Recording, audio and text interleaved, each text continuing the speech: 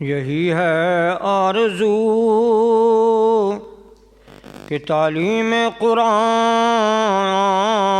ہو جائے، ہر ایک پرچم سے اونچا پرچم اسلام ہو جائے، کلام اللہ سے ہر مسلم کا دل پر نور ہو جائے، یہی ہے مقصد کہ دنیا سے جہالت دور ہو جائے۔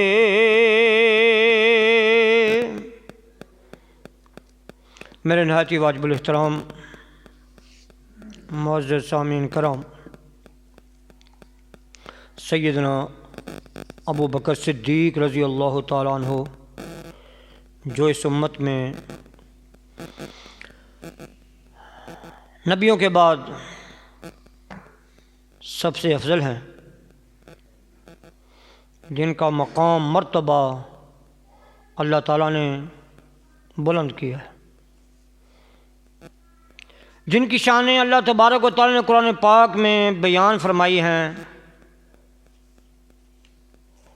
ان کا یوم وصال والا مہینہ ہے، 22 جمادی الثانی کو آپ کا وصال ہوا ہے، تو اسی سلسلے میں کچھ چیزیں عرض کریں گے۔ آج لوگ ان کے ایمان پر شک کرتے ہیں، نعوذ باللہ ان کے ایمان کی دلیلیں مانگتے ہیں کہ جن کے ایمان کی گواہی اللہ نے دی ہے، جو سب سے افضل ہیں، اللہ کے ولی ہیں اور جنتی ہیں۔ نبی پاک صلی اللہ تعالیٰ علیہ وآلہ وسلم نے ارشاد فرمایا، میں اپنے بعد 2 چیزیں چھوڑ کر جا رہا ہوں، اگر ان کو مضبوطی کے ساتھ تھامو گے تو کبھی گمراہ نہیں ہوگے، جو ان کو چھوڑ دے گا وہ گمراہ ہو جائے گا۔ ایک اللہ تعالیٰ کی کتاب ہے اور دوسرا میری اہل بیت کرام ہے، اور ایک روایت میں ہے کہ ایک اللہ کی کتاب ہے، دوسرا میری سنت ہے، ہم دونوں کو ماننے والے ہیں۔ تو اگر ہم کوئی جھگڑا ہو جاتا ہے، کوئی اختلاف ہو جاتا ہے، تو ہم نے فیصلہ قرآن سے لینا ہے، ہم نے طریق سے فیصلہ نہیں لینا، ہم نے فیصلہ قرآن سے لینا ہے کہ قرآن کیا کہتا ہے۔ تو اللہ کے قرآن کو جو مانتا ہے تو سارے اختلافات کا فیصلہ ہو جاتا ہے، لیکن افسوس یہ ہے کہ مسلمان قرآن سے دور ہوتے جا رہے ہیں۔ ہماری مسلمانوں کی اکثریت وہ ہے کہ جنہیں اوپر سے دیکھ کر قرآن پڑھنا بھی نہیں آتا، اور کچھ قرآن پڑھ سکتے ہیں لیکن ان کا ترجمہ نہیں آتا کہ قرآن ہمیں کیا کہتا ہے۔ یہ اللہ تبارک و تعالیٰ نے ہماری ہدایت کے لیے اور قیامت تک کے لیے امت تمام دنیا کے لیے جو ضابطہ حیات بنا کر بھیجا ہے وہ قرآن ہے، جو 1400 سال پہلے اللہ تبارک و تعالیٰ نے اپنے محبوب کے ذریعے ہمیں میسج اور پیغام دیا ہے، وہ قرآن پاک ہے۔ قرآن پاک کی فضیلت باقی کتابوں پر اس طرح ہے جیسے اللہ تعالیٰ کی فضیلت مخلوق پر ہے، تو یہ سب سے افضل ہے۔ تو اس لیے کچھ لوگ کہتے ہیں کہ یہ قرآن جو ہے نا، یہ قرآن اصلی نہیں ہے، اس میں رد و بدل کر دیا گیا ہے، نعوذ باللہ نعوذ باللہ، قرآن پر ان کا ایمان نہیں ہے، تو وہ مسلمان کیسے ہو سکتا ہے جس کا قرآن پر ہی ایمان نہ ہو؟ وہ مسلمان کہلانے کا حقدار نہیں ہے۔ کہتے ہیں کہ جو اصل قرآن تھا نا، اس کی 17,000 آیات تھیں، یعنی اس قرآن پاک سے 2 گنا اور زیادہ۔ اس قرآن پاک میں 6,236 آیات ہیں۔ تو وہ لوگ وہ کہتے ہیں کہ وہ جو قرآن تھا، اصلی قرآن، اس میں 17,000 آیات تھیں، وہ امام مہدی کے پاس ہے، وہ غار میں لے کر چھپ گئے ہیں، وہ قیامت کے نزدیک وہ قرآن کو، اصلی قرآن کو لے کر آئیں گے۔ نعوذ باللہ، نعوذ باللہ۔ دیکھو عیسائی، یہودی، وہ کہتے ہیں ہم اہل کتاب ہیں، ہمارے پاس کتاب ہے، لیکن یہ کلمہ پڑھنے والے بعض اپنے آپ کو مسلمان کہنے والے، یہ قرآن کے متعلق ان کا یہ عقیدہ یہ ہے کہ ہمارے پاس آسمانی کتاب ہی نہیں ہے، وہ کس طرح غیر مسلموں کو دعوت دیں گے؟ کبھی ایسا ہو سکتا ہے کہ جس کا ذمہ اللہ نے اٹھایا ہو، جس کی حفاظت کا ذمہ رب تعالیٰ نے لیا ہو، اس میں کوئی گڑبڑ کر سکے؟ نہیں کر سکتا۔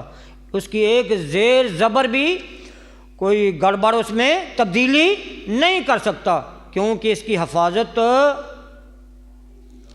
کا ذمہ کس نے لیا ہے؟ اللہ تعالیٰ نے لیا۔ 14واں پارہ ہے، 14واں پارہ سورۃ الحجر، سورۃ الحجر، آیت نمبر 9 ہے۔ اللہ تبارک و تعالیٰ ارشاد فرماتا ہے اِنَّا نَحْنُ نَزَّلْنَا الذِّكْرَ وَإِنَّا لَهُ لَحَافِظُونَ،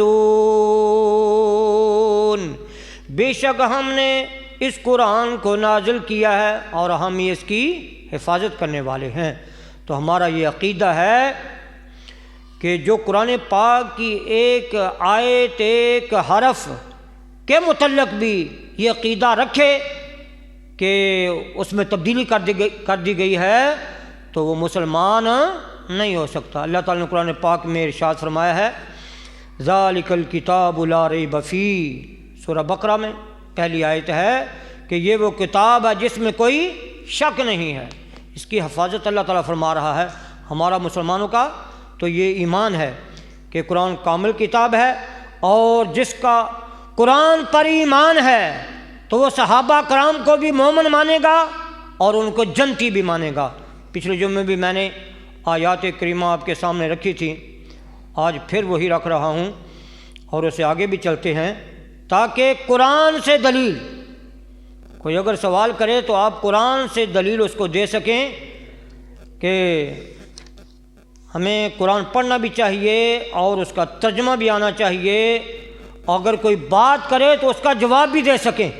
اپنے دلائل جو ہے نا یہ ہمیں یاد ہونی چاہیے، نعتیں بے شک یاد کرو، سارا قرآن یاد کر جو، حفظ کر جو، لیکن جب تک آپ اس کا ترجمہ نہیں پڑھیں گے، قرآن اور حدیث ترجمے کے ساتھ نہیں پڑھیں گے، آپ کو دلائل یاد نہیں ہوں گے، آپ فتنوں کا مقابلہ نہیں کر سکتے۔ پہلے زمانے میں جو جنگیں ہوتی تھیں نا، تو وہ کیسے جنگیں ہوتی تھیں؟ تیر سے، نیزوں سے، تیروں سے، تو آمنے سامنے جنگ ہوتی تھی۔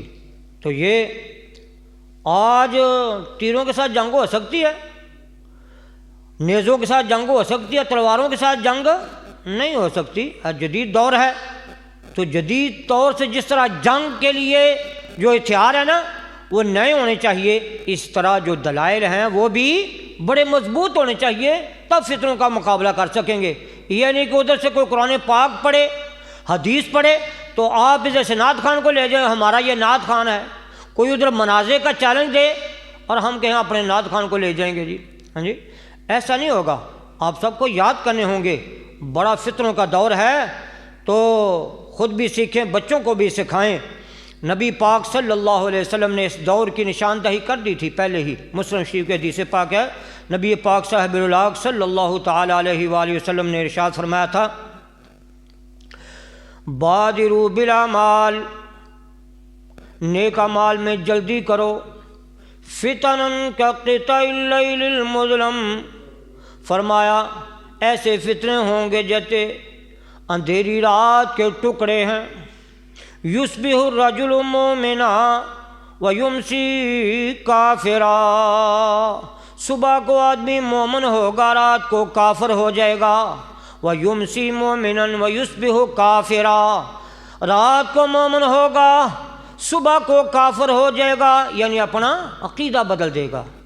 يَبِيعُ دِينَهُ بِعَرَضٍ مِّنَ الدُّنْيَا، دنیا کے بدلے میں اپنا دین بیچ دے گا۔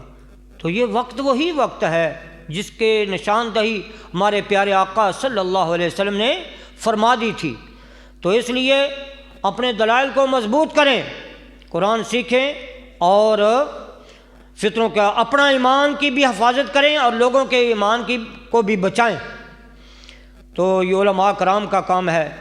جو پچھلے جمعے میں نے آیا کریمہ یہ بتائی تھی آپ کو، سورۃ انفال کی آیت نمبر 74 اس کو یاد رکھیں کہ جو صحابہ کرام کے ایمان پر حملہ کرے تو آپ ان سے پوچھیں کہ کیا تمہارا قرآن پر ایمان ہے؟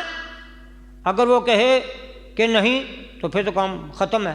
اگر کہے میرا قرآن پر ایمان ہے تو پھر کہیں گے کہ اس آیت کو پڑھو اور اس کا ترجمہ پڑھو اور اپنے ایمان کی خبر لو کہ تمہارے پاس ایمان ہے بھی کہ نہیں ہے۔ تو میں قرآن پاک کی آیت کریمہ پڑھتا ہوں کہ جس میں اللہ تبارک و تعالیٰ نے تمام صحابہ کرام کو مومن بھی فرمایا ہے اور جنتی بھی فرمایا ہے۔ والذین آمنوا وہاجروا وجاہدوا فی سبیل اللہ، وہ لوگ جو ایمان لائے اور ہجرت کی، وجاہدوا فی سبیل اللہ، اللہ کے راستے میں جہاد کیا۔ والذین ونصروا، وہ لوگ جنہوں نے ان مہاجرین کو جگہ دی اور ان کی مدد کی۔ اولئک ھم المؤمنون حقا، وہی لوگ پکے مومن ہیں۔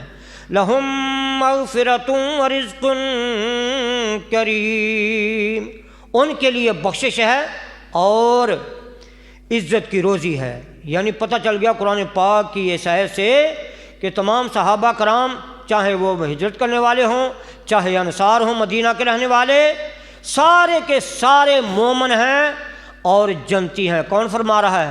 میرا رب فرما رہا ہے۔ تو جو صحابہ کرام کو مومن نہ مانے یا جنتی نہ مانے اس کا قرآن پر ایمان نہیں ہے، وہ مسلمان نہیں ہو سکتا۔